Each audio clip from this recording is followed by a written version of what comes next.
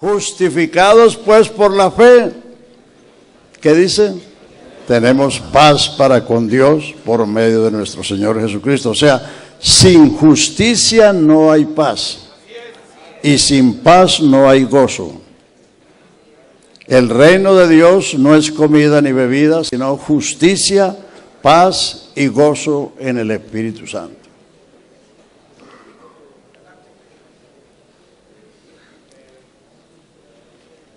Así que es el apóstol el que nos dice que por la justicia de Dios, la mayoría de los cristianos piensan o creen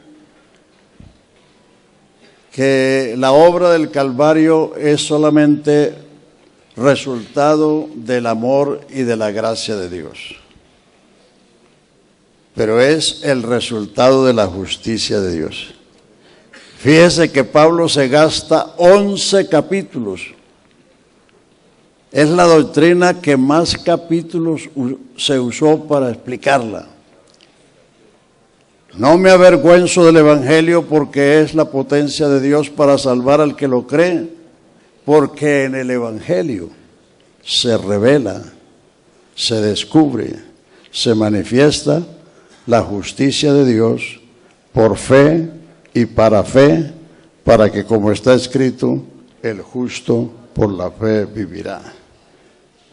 Romanos son 11 capítulos de doctrina. Ninguna otra carta tiene tantos capítulos de doctrina. Para enseñar la justicia de Dios a los gentiles y a los judíos. Y sin justicia no hay paz, y sin paz no hay gozo. Tanto la paz como la justicia estaban profetizadas en el Antiguo Testamento. Salmo 85, verso 8, escucharé lo que hablará Jehová, porque hablará paz a su pueblo y a sus santos, para que no se conviertan a la locura. La otra habla, hermano, con los versículos. Ahora sí ya se puso en órbita. Escucharé lo que hablará Jehová, porque hablará paz a su pueblo y a sus santos, para que no se conviertan a la locura. ¿Qué sigue? 9. Ciertamente cercana está su salvación a los que le temen, para que habite la gloria en nuestra tierra. 10. La misericordia y la verdad se encontraron, la justicia y la paz se besaron. 11. La verdad brotará de la tierra y la justicia mirará desde los cielos. Jehová dará también el bien y nuestra tierra dará su fruto. Aleluya. Salmo 98, 2. 98, 2. Jehová ha hecho notoria su salvación a vista de las naciones, ha descubierto su justicia. 3. Se ha acordado de su misericordia y de su verdad para con la casa de Israel. Todos los términos de la tierra han visto la salvación de nuestro Dios. Ya Isaías 9:6 se lo saben ustedes, que Él es el príncipe de paz, el único que vino con la bandera blanca a esta provincia de pecadores. Isaías 42, he aquí mi siervo, he aquí mi siervo, yo le sostendré, mi escogido en quien mi alma tiene contentamiento, he puesto sobre él mi espíritu, él traerá justicia a las naciones. Sigan. No gritará ni alzará su voz, ni lo hará oír en las calles. No quebrará la caña cascada, ni apagará el pábilo que humeare. Por medio de la verdad traerá justicia. No se cansará, ni se fatigará o ni desmayará, hasta que establezca en la tierra justicia y las costas esperen su ley. Él es la justicia. Jeremías 23:5 dice que del tronco de David retoñará un vástago y se le llamará Jehová justicia nuestra. Sin esa justicia no hay paz. Y sin paz tampoco hay gozo. Puede haber alegría. Usted puede poner a la gente a correr y a gritar y a hacer tantas cosas. Pero el gozo es una cosa permanente que aguanta hasta las cárceles y los azotes. En el primer carcelazo que los apóstoles tuvieron y la primera azotada que les dieron, salieron gozosos de haber sido tenidos por dignos de sufrir afrenta por el nombre del Señor. Entonces por eso Jesús dice, la paz os dejo, mi paz os doy. Solo Él da la paz. Por allá ve uno que se está durmiendo. Aleluya. Todavía veo.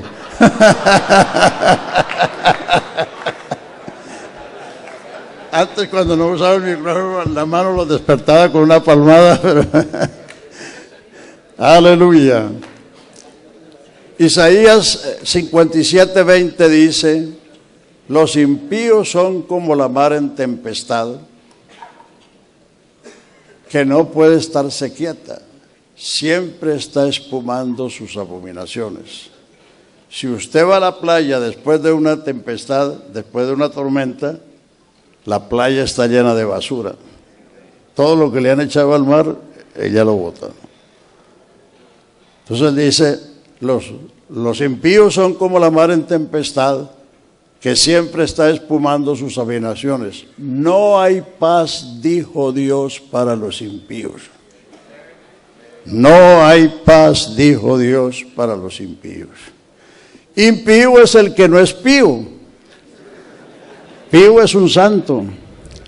Y el que no es pío es impío, así sea el ciudadano más recogido, más honorable, así sea la señora más honorable, más recogida. Si no es pía, es impía. Simplemente. No hay paz, dijo Dios, para los impíos. Por eso el Señor dice, mi paz os doy. No como la que el mundo da, la paz que el mundo da, aquí no la conocen, porque hace ya 50 años que estamos con guerrilla. En otros países la paz es cuando los soldados están en los cuarteles y los aviones y los cañones en los hangares, que no hay guerra con otro país, eso es lo que llaman paz. Pero si uno lee las noticias, por todas partes, Europa, América, Asia, África, matando mujeres por todas partes, matando niños, matando hijos, matando tanta gente, tanto divorcio, tanta violencia. Aquí en Colombia precisamente están atacando eso, la violencia de género contra la mujer, que tantas mujeres son maltratadas. Entonces, eso es lo que el mundo llama paz. Pero hay que tener en cuenta que el Señor dice, mi paz os doy, no como la que el mundo da. Entonces esa paz, que es la que Pablo dice en Romanos 5, nos da paz con Dios. ¿Por qué? Porque Él nos justificó, nos declaró inocentes, nos absolvió de pecado, nos exoneró de culpa. Paz con Dios. Paz con nosotros mismos. Por eso en paz me acostaré y así mismo dormiré. ¿Cuánta gente se acuesta a luchar con la almohada? O con la vecina. Porque no pueden dormir. Porque los problemas no los dejan dormir, las deudas no los dejan dormir. Entonces, se acuestan cansados y se levantan súper cansados. Porque no tienen paz. En paz me acostaré y así mismo dormiré, porque solo tú, Jehová, me harás estar confiado. Yo me acosté y dormí porque Jehová me sostuvo. Aleluya. Esa paz de Dios, esa paz con Dios y esa paz con nosotros mismos, esa paz trasciende a los semejantes. Por eso, el que ha sido perdonado le es fácil perdonar. El que le es difícil perdonar es porque quizás no ha sido perdonado. Porque la sensación, la experiencia del perdón, aleluya, eso le hace ver a uno la ofensa más terrible que le hagan, le hace ver pequeñísima en comparación a lo que Dios nos ha perdonado y nos ha soportado. Porque todos estos años que hemos vivido con el Señor y han dado, de cuántas cosas nos ha soportado el Señor. Aleluya. Y a eso se refiere también Pablo en Filipenses 4:4, cuando dice, estad siempre gozosos, o gozaos en el Señor siempre. El que tiene paz tiene gozo. ¿O será posible estar en paz y estar aburrido? ¿O estar con la cara de fusil? No, estad siempre gozosos. Vuestra gentileza, vuestra amabilidad sea conocida de todos los hombres. A la mayoría de los cristianos se les conoce en la cara, se les ve en la cara la gracia de Dios. Pero uno, si se pone uno en un lugar a ver cómo la gente pasa por la calle, uno ve jóvenes, señoritas, señoras, que van, bueno, como si estuvieran comiendo limón. Bueno, porque van rumiando los problemas que tienen, no tienen paz, no tienen paz. Y hermano, el Señor vino a darnos la paz. Mi paz os dejo, mi paz os doy. Por nada estéis afanosos, sean notorias vuestras peticiones en toda oración y ruego, con acción de gracias, y la paz de Dios, que sobrepasa todo entendimiento, guardará vuestros pensamientos y vuestros corazones en Cristo Jesús. Para que no se le corra la teja, para que no se le hinche el corazón, hay que estar en la paz de Dios. Aleluya, aleluya, aleluya. Pero eso se lo explica a usted el apóstol Pablo. ¿Qué decimos de la doctrina del Espíritu Santo? Ya por ahí algunos dicen que, o bien dicho, que ya hay unos cuantos que dicen que no hay que hablar en lenguas, porque algunos confunden el fruto del arrepentimiento con el fruto del Espíritu. Y porque una persona tiene buen testimonio, que debe tenerlo si ha conocido a Cristo, ya dicen que tiene el fruto del Espíritu. No, el fruto del arrepentimiento es la nueva vida. Y el fruto del Espíritu es lo que el Espíritu produce en el creyente. Amor, gozo, paz, tolerancia, bondad, benignidad, bondad, fe, mansedumbre, templanza. Entonces, eso está haciendo que la gente no tenga interés en orar para recibir el Espíritu Santo. Y algunos argumentan que como no dice que los 3,000 hablaron en lenguas, ni que los 5,000 hablaron en lenguas, no, pero sí dice que en todos los lugares donde comenzó la iglesia recibieron el Espíritu Santo hablando en otras lenguas. Donde comienza, donde nace la iglesia, y Colombia no fue la excepción. Jerusalén, Samaria, Cesarea, Éfeso, en todas las partes donde comenzó la iglesia, la gente fue bautizada en el nombre del Señor Jesús, recibieron el Espíritu Santo hablando en otras lenguas. Porque el hablar en otras lenguas es una de las señales que confirman el Evangelio. siga la secuencia de las palabras del Señor. Id y predicad el evangelio a toda criatura y en todo el mundo. El que creyere y fuere bautizado será salvo. Y estas señales seguirán, le sucederán, le acontecerán. ¿A quiénes? A los que creen. En mi nombre echarán fuera demonios, hablarán nuevas lenguas. Si bebieren cosa mortífera no les hará daño. Sobre los enfermos pondrán sus manos y sanarán. Y el Señor, después que les habló, fue recibido arriba, se sentó a la diestra de Dios, y ellos, saliendo y predicaron en todas partes, el Señor confirmaba la palabra con las señales que seguían. Colombia no fue la excepción. Los hermanos Bertol, que fueron a Canadá y estuvieron en una convención invitados por el hermano Stern,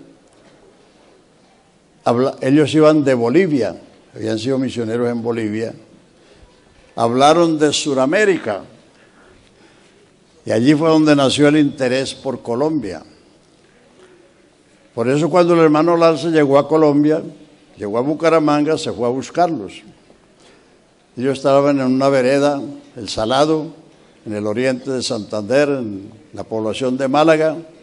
Tenían una escuela rural y ahí predicaban el evangelio dentro de lo que se podía en aquel entonces. Pero el hermano Larce les propuso, ¿por qué no bautizamos la gente en el nombre del Señor Jesús y vemos a ver qué pasa? Y los bautizaron y enseguida cayó el Espíritu Santo. Porque así es, hermanos. No podemos omitir eso.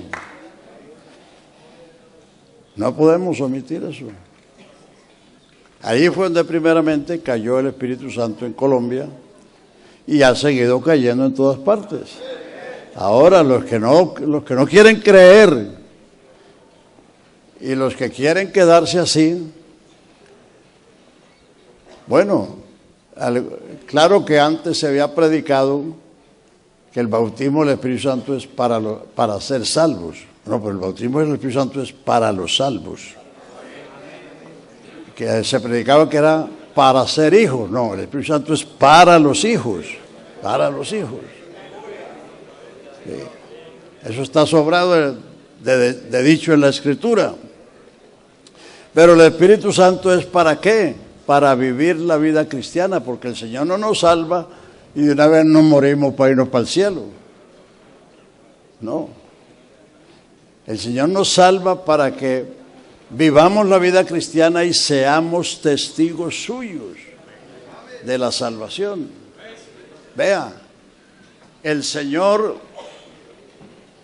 enseñó 7 funciones que el Espíritu Santo ejerce en la vida de un creyente, y Pablo le agregó 2. El Espíritu Santo vino para morar, no para visitar. El que está de visita es porque se va. Yo me voy el lunes. Cuando el hermano Néstor Hugo vivía en Dover, tenía un apartamentico de 2 cuartos, uno para la pareja y otro para los niños. Cuando yo llegaba a visitarlo, los niños tenían que irse para el cuarto. Entonces la niña tenía 5 años y lo primero que me decía, ¿y cuándo te vas? Claro, porque yo le iba a quitar el cuarto. ¿Cuándo te vas? Porque el que está de visita no está permanente, no vive. Yo os daré otro consolador para que esté con vosotros para siempre. El Espíritu Santo vino el día de Pentecostés y la iglesia nació, y desde entonces el Espíritu Santo está en la iglesia. Lo que pasa es que hay gente que tiene el corazón duro y no perciben su presencia. Eso me pasó a mí también. Cuando yo oraba por la promesa del Espíritu Santo y no lo recibía, Entonces yo fui a donde el pastor me dijo, ¿qué pasaje leer? Cuando leí el pasaje me di cuenta que yo era duro de corazón, pero yo había dejado todo. Yo no estaba en pecado ni nada.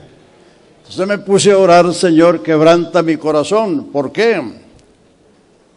El Salmo 51, 17, los sacrificios de Dios son el corazón contrito y humillado, el cual no despreciará, oh Dios.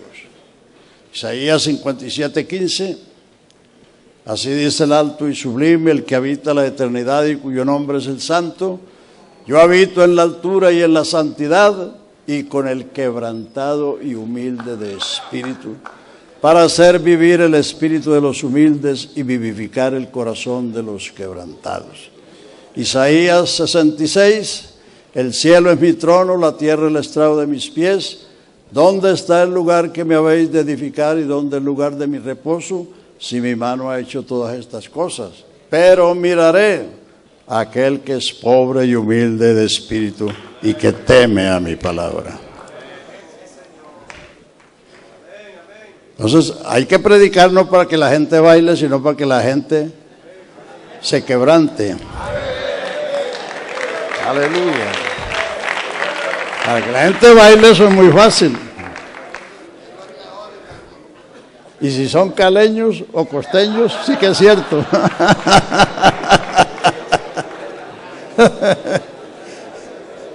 Aleluya. Eso es facilito. El corazón contrito y humillado es el que percibe la presencia del Señor.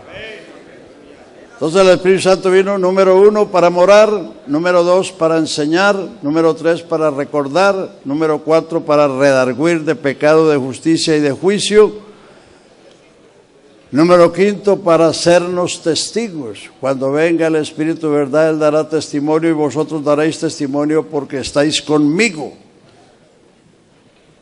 Hechos 1:8, recibiréis poder cuando haya venido sobre vosotros el Espíritu Santo y me seréis testigos.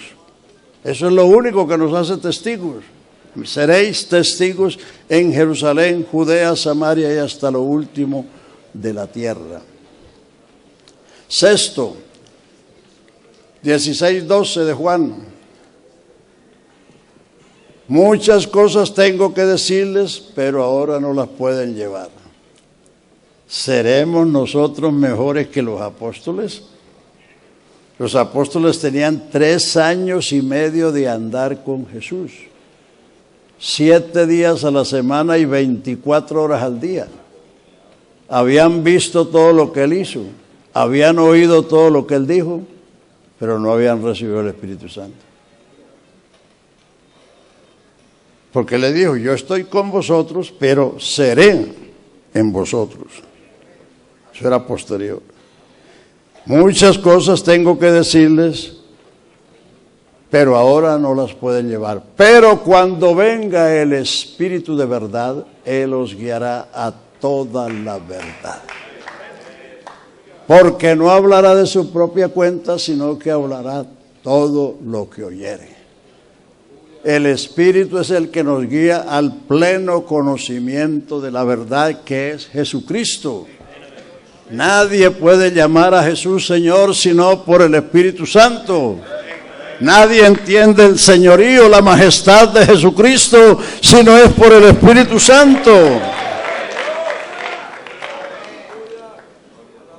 Y séptimo, Él me glorificará a mí porque tomará de lo mío y os lo hará saber. Todo lo que tiene el Padre es mío, por eso dije que tomará de lo mío y os lo hará saber para enseñarnos a adorar. Cualquiera puede cantar, pero no todo el que canta adora. No todo el que canta alaba a Dios. El Espíritu vino para enseñar a nuestro espíritu a ser adoradores, porque el Padre tales adoradores busca que le adoren. Aleluya. Y el apóstol Pablo agregó 2 más. Gálatas 5:22, el fruto del Espíritu. No es el fruto cristiano, es el fruto del Espíritu. Es amor, gozo, paz, tolerancia, benignidad, bondad, fe, mansedumbre, templanza. Contra tales cosas no hay ley. Y noveno, para impartir los dones y operar los dones del Espíritu. El que no ha recibido el Espíritu Santo, ¿cómo le van a impartir los dones del Espíritu?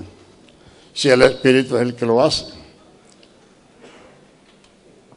Entonces son 9 funciones que el Espíritu viene a obrar en la vida del creyente. O sea que si no le estamos predicando a los hermanos eso, lo estamos dejando que ellos se pierdan de una vida fructífera, de una vida gozosa, de una vida victoriosa, de una vida que trasciende a los semejantes, porque ven el fruto del Espíritu. Aleluya.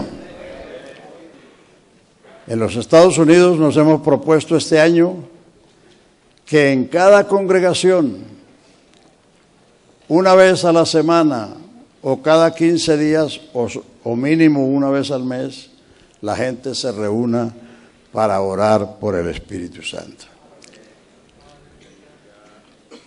Cuando los discípulos dijeron al Señor, enséñanos a orar, Lucas 11, el Señor les dio el modelo de oración, el Padre Nuestro. Y luego les dice, ¿qué padre de vosotros si su hijo le pide pan le va a dar una piedra? O si le pide un pez le va a dar una serpiente, o si le pide un huevo le va a dar un escorpión. Si vosotros siendo malos sabéis dar buenas dádivas a vuestros hijos, ¿cuánto más vuestro Padre Celestial dará el Espíritu Santo a los que se lo pidan? Amén, hay que pedir, pedid y recibiréis, buscad y hallaréis, tocad y se os abrirá, porque todo el que pide recibe y el que busca halla y el que toca se le abre la puerta. Lo que hay que es sacudirse de la pereza y orar. Hebreos 6:12, póngalo por ahí, Hebreos 6:12. No nos hagamos perezosos, sino imitadores. No es Hechos, es Hebreos. Aleluya. A fin de que no os hagáis perezosos, sino imitadores de aquellos que por la fe y la paciencia heredan, alcanzan las promesas. Ahí están las promesas, pero hay que recibirlas. ¿Por qué cuando estás enfermo recurres a la oración? Ore por mí, póngame las manos, porque hay una promesa, ¿verdad? Porque cuando la cosa se pone color de hormiga, usted comienza, Señor, ayúdame. Entonces, ¿por qué no creemos de la misma manera con el Espíritu? Bueno, por aquí han dicho que el motor de la iglesia es el Espíritu, ¿verdad? Eso lo han dicho aquí, ¿no? Entonces, ese motor es el que nos ha traído hasta ahora. Y las nuevas generaciones no deben omitir eso, porque se están perdiendo de disfrutar la vida cristiana. Uno no se convierte, uno nace de nuevo para morirse, sino para vivir, para ser testigo. Aleluya. Y note que el Señor en 2 partes lo dice. En Juan 15, 26 y 27, y vosotros daréis testimonio porque estáis conmigo, y en Hechos 1:8. ¿Por qué el Espíritu Santo es lo que nos hace testigos?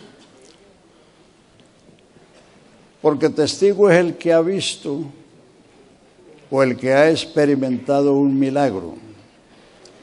Y el bautismo del Espíritu Santo es un milagro, no es una emoción, produce una emoción. Porque lo que sabemos hablamos, lo que usted sabe no le cuesta trabajo hablarlo. Pero ¿puede usted hablar un idioma que no está en su cerebro? Claro que no. Entonces el bautismo del Espíritu Santo es que la unción toma las cuerdas vocales para hablar un idioma que no está en su cerebro. Es un milagro, porque milagro es la alteración o la suspensión de la ley natural. En el Antiguo Testamento solo Israel era el testigo de Dios. Isaías 43:10, vosotros sois mis testigos y mi siervo que yo escogí para que me conozcáis y creáis y entendáis que yo mismo soy. Antes de mí no fue formado Dios, ni lo será después de mí. ¿Por qué ellos eran los únicos testigos? Porque salieron de Egipto a punta de milagros. Cruzaron el desierto a punta de milagros, comiendo pan del cielo, bebiendo agua de la roca, sus vestidos no se envejecieron, sus pies no se hincharon, no hubo en sus tribus enfermos. 40 años sin instalaciones sanitarias, sin almacenes para comprar nuevo vestido. Entonces vivieron un milagro de 40 años. Entraron en la tierra prometida, no por su fuerza, sino porque Jehová se complació en ellos y les dio la tierra. Los cuidó todos los días del siglo de sus enemigos que los aborrecían y los codiciaban a punta de milagros. Entonces por eso Él les dice, vosotros, oh Israel, vosotros sois mis testigos y mi siervo que yo escogí para que me conozcáis y creáis y entendáis que yo mismo soy. En el Nuevo Testamento, ¿quiénes son los testigos? El mensaje de Pedro en la casa de Cornelio, Hechos 10, dice que él resucitó de los muertos y apareció no a todo el pueblo, sino a los testigos que Dios había escogido, a saber a nosotros que comimos y bebimos con él, y nos mandó que testificásemos al pueblo y que Él es el que Dios ha puesto por juez de vivos y muertos. De este Jesús dan testimonio todos los profetas, que todos los que en Él creyeren recibirán perdón de pecados por su nombre. Y hablando Pedro estas palabras, el Espíritu Santo cayó sobre todos los que oían el sermón. Mucha gente no recibe porque no oyen, especialmente las mujeres. A veces están en los cultos contemplándose el cabello, contemplándose las uñas, haciéndole caritas al niño que está por ahí. ¿Cómo van a recibir si no dejan que la palabra de Dios, que es el martillo que quebranta la piedra, que es la espada que parte el alma y el espíritu, opere en ellos? Entonces es imposible. Entonces hay que enseñar a la gente a escuchar la palabra de Dios y hay que predicar de tal manera que la gente pueda escuchar, ¿sí? con palabras que la gente pueda entender, no como dijo aquel estudiante que salió del instituto después de 4 años y lo mandaron al pueblo a predicar y se dice, bueno hermano, yo vengo a predicarles con hermenéutica, exégesis, neumatología y escatología. Entonces le paró una anciana por allá y le dijo, tranquilo hermano que yo tengo las mismas enfermedades.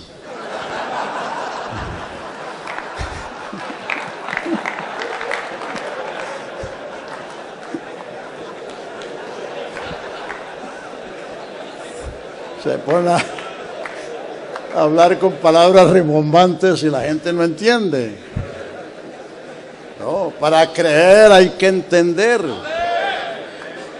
Y la única manera que Dios trabaja es a través de la fe. Y la gente no puede creer lo que no sabe. Tienen que saber. Y para eso estamos puestos nosotros, para predicar. Predicar es presentar, exponer, proclamar el Evangelio. Dios no mandó actores, artistas, a hacer dramas. No. La fe no entra por los ojos. La fe viene ¿por dónde? Exacto. El apóstol Pablo, hablándole a los Gálatas que se habían descaminado: hijitos, tendré que estar otra vez de parto hasta que Cristo sea formado en vosotros. Estaban deformados. Dice: ¿quién os fascinó para no obedecer a la verdad, ante cuyos ojos Jesucristo fue descrito entre vosotros como crucificado? Hay que predicar a Jesucristo. Escuchando a nuestro presidente con ese trabajo de la vigencia, uno ve cuántos campos tiene la iglesia, cuántas áreas hay que trabajar.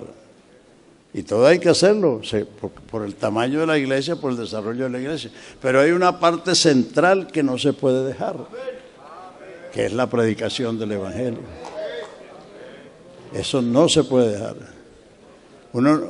Uno tiene que balancear.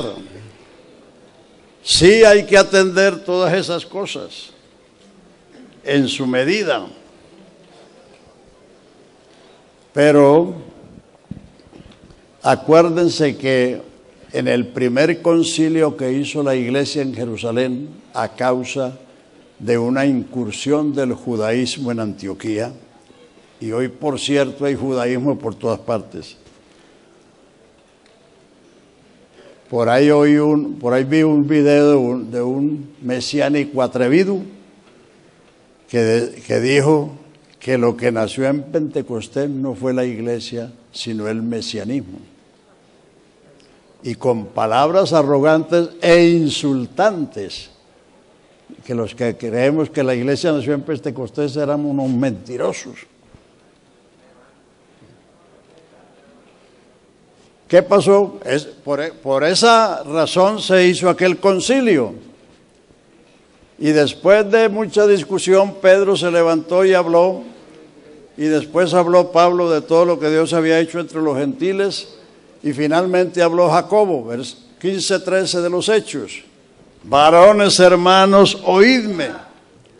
Simón ha contado cómo Dios visitó por primera vez a los gentiles para tomar de ellos un pueblo para su nombre. Ese es el propósito de Dios desde la casa de Cornelio hasta el arrebatamiento. El mundo no ha sido cristianizado en 20 siglos, ni lo será. El propósito de Dios es sacar del mundo un pueblo para su nombre. Capítulo 2 de Segunda de Tesalonicenses habla de la aparición del hombre del pecado, o sea, el anticristo, y de todo lo que va a hacer. Pero en el verso 13, Segunda de Tesalonicenses 2:13, dice: pero nosotros debemos dar siempre gracias a Dios respecto a vosotros, amados hermanos por el Señor, de que Dios os haya escogido para salvación desde el principio, mediante la santificación del Espíritu y fe en la verdad, a lo cual os llamó por nuestro Evangelio para alcanzar ¿qué? La gloria de nuestro Señor Jesucristo. Y Tito 2:11, que habla de la manifestación de la gracia, y que por ahí hay unos que cuando se apartan de la gracia es cuando dicen que están en gracia. Pero vea lo que dice la gracia, Tito 2:11, porque la gracia de Dios que trae salvación a todos los hombres se manifestó enseñándonos, la gracia tiene una enseñanza, enseñándonos a renunciar a la impiedad y a los deseos mundanos, y a vivir en este siglo sobria, justa, piadosamente, aguardando la esperanza bienaventurada y la manifestación gloriosa de nuestro gran Dios y Salvador Jesucristo. Jesucristo, quien se dio a sí mismo para redimirnos de toda iniquidad y preparar para Él un pueblo propio, celoso de buenas obras. Esos predicadores que dicen vamos a conquistar el mundo, terminan siendo conquistados por el mundo. Porque el propósito de Dios es sacar del mundo un pueblo para su nombre, para su reino, para su gloria, un pueblo propio para Él. Hay que entender la función de la gracia. No es que somos salvos por gracia y podemos vivir de cualquier manera, no. Entonces, todo eso está en las epístolas. Hermanos, a estudiar las epístolas. Por allá en Estados Unidos me contó un hermano una anécdota de un pastor colombiano que el pastor le dijo a la esposa: mija, vamos a la asamblea porque va a venir el hermano Eliseo y va a predicar sobre Romanos. Otra vez Romanos. Otra vez Romanos. Y entonces el esposo, bien sabio, tomó una hoja de papel y le dio un lápiz y le dijo: bueno, mija, escriba aquí todo lo que tú sabes de Romanos. Dijo: no, mejor vamos a la asamblea.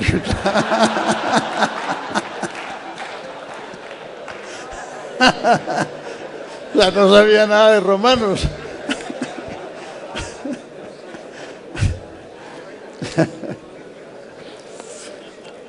Bueno, vamos a ver qué hora hacer porque a mí se me olvida el tiempo. Oiga, y no quiero que me vayan a echar la rana. Y que es un predicador de esos que se demoraba mucho y cuando terminaba el mensaje volvía a comenzar y otra vez repetía lo mismo. Entonces los hermanos se consiguieron una rana y se la echaron en la plataforma. Y dice: ¿y eso qué es? Dice: deja ir a mi pueblo.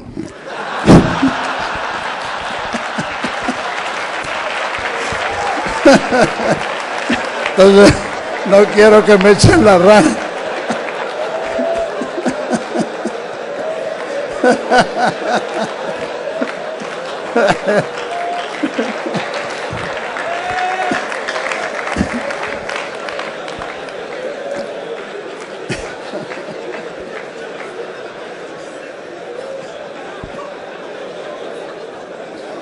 Aleluya. Bueno, hermanos, para concluir, por eso es importante y necesario. Apenas les mencioné que 3 doctrinas: la resurrección, la justificación y el Espíritu Santo. Pero ahí está todo lo demás: la redención, la reconciliación, la propiciación, la santificación, la liberación, todo está ahí. Las epístolas fueron escritas, hermanos, para enseñarnos la doctrina cristiana, y la iglesia lo que necesita es doctrina cristiana. Nosotros no somos Israel, ni siquiera nos parecemos a Israel. Israel es un pueblo terrenal con promesas terrenales, un pueblo que no ha nacido de nuevo. Su futuro nacimiento está después del recogimiento del Señor, de la iglesia del Señor. La iglesia es el cuerpo de Cristo. Todo el que obedece el Evangelio fue añadido al cuerpo de Cristo. Es un cuerpo universal. Vosotros, como piedras vivas, sed edificados una casa espiritual, un sacerdocio santo, para ofrecer sacrificios espirituales agradables a Dios por Jesucristo, porque vosotros sois linaje escogido, real sacerdocio, gente santa. Israel es el linaje de Abraham. Nosotros somos el linaje de Jesucristo. Israel es una nación en la geografía universal. La iglesia es un cuerpo universal cuya cabeza es Jesucristo. Y por eso el Señor no está de visita por aquí, el Señor está con nosotros, en nosotros, siempre. Aleluya, aleluya. Bueno, no les digo más porque de pronto me echan la rana. Dios les bendiga, hermanos. ¿Qué pasó